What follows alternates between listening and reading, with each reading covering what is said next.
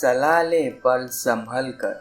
मनुष्य एक सामाजिक प्राणी है जो कि लोगों के समूह के बीच में रहता है। इस समूह में कई तरह के रिश्ते को वह निभाता है। कुछ रिश्ते निस्वार्थ होते हैं जबकि अधिकतर रिश्तों की नींव स्वार्थ पर टिकी होती है। हम जो पर्सनल रिलेशन बनाते हैं वह अधिकतर आदान प्रदान योग कहें एक से दूसरे को और दूसरे से पहले व्यक्ति को फायदे की बुनियाद पर ही टिके होते हैं।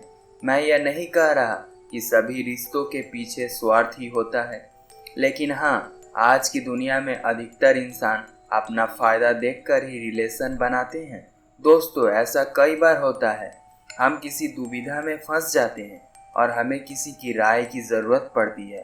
तब हम अपने आसपास के लोगों से उस बारे में सलाह मशवरा करते हैं कि हमें क्या करना चाहिए।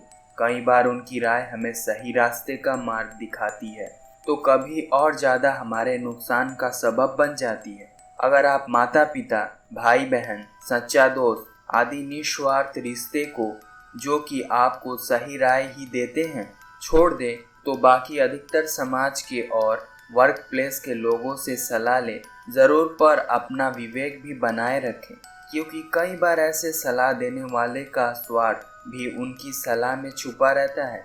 इसलिए सुने सबकी पर माने अपने विवेक और आत्मा की। एक बार एक आदमी अपने छोटे से बालक के साथ एक घने जंगल से जा रहा था। तभी रास्ते में उस बालक को प्यास लगी और उसे पानी पिलाने उसका पिता उसे एक नदी पर ले गया। नदी पर पानी पीते पीते अचानक वह बालक पानी में गिर गया और डूबने से उसके प्राण निकल गए।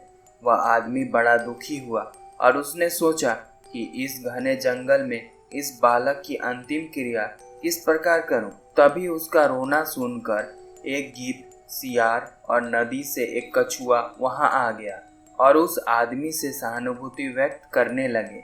आदमी की परेशानी जानकर सब अपनी अपनी सलाह देने लगे।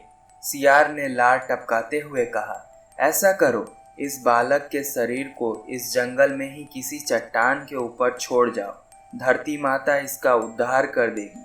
तभी गीत अपनी खुशी छुपाते हुए बोला, नहीं, धरती पर तो इसको जानवर खा जाएगा। ऐसा करो, इसे किसी पेड़ के ऊपर डाल दो ताकि सूरज की गर्मी से इसकी अंतिम गति अच्छी हो जाएगी। उन दोनों की बातें सुनकर कछुआ भी अपनी भूख को छुपाते हुए बोला, नहीं, आप इन दोनों की बातों में मत आओ।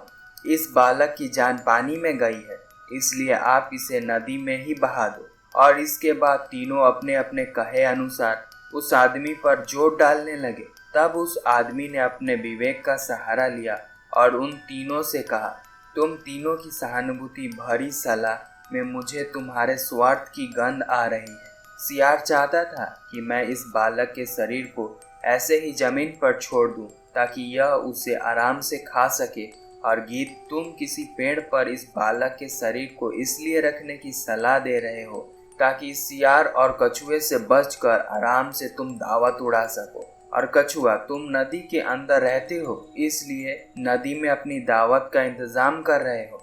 तुम्हें सलाह देने के लिए धन्यवाद, लेकिन मैं इस बालक के शरीर को अग्नि को समर्पित करूंगा, ना कि तुम्हारे भोजन बनने दूंगा। यह सुनकर वह तीनों अपना सड़ा मुंह लेकर वहां से चले गए।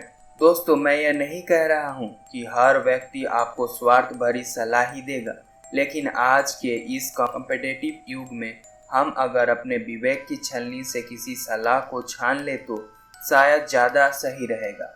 हो सकता है कि आप लोग मेरी बात से पूरी तरह सहमत ना हो, पर कहीं ना कहीं आज के युग में यह भी तो सच है। अगर आपको यह वीडियो अच्छी लगी हो तो आर्टिफिशियल मोटिवेशन चैनल को सब्सक्राइब कर दीजिएगा और ऐसी वीडियो देखने के लिए बेल आइकन पर क्लिक कर दीजिएगा। मिलते हैं नेक्स्ट वीडियो में नई कहानी के साथ। Please keep watching.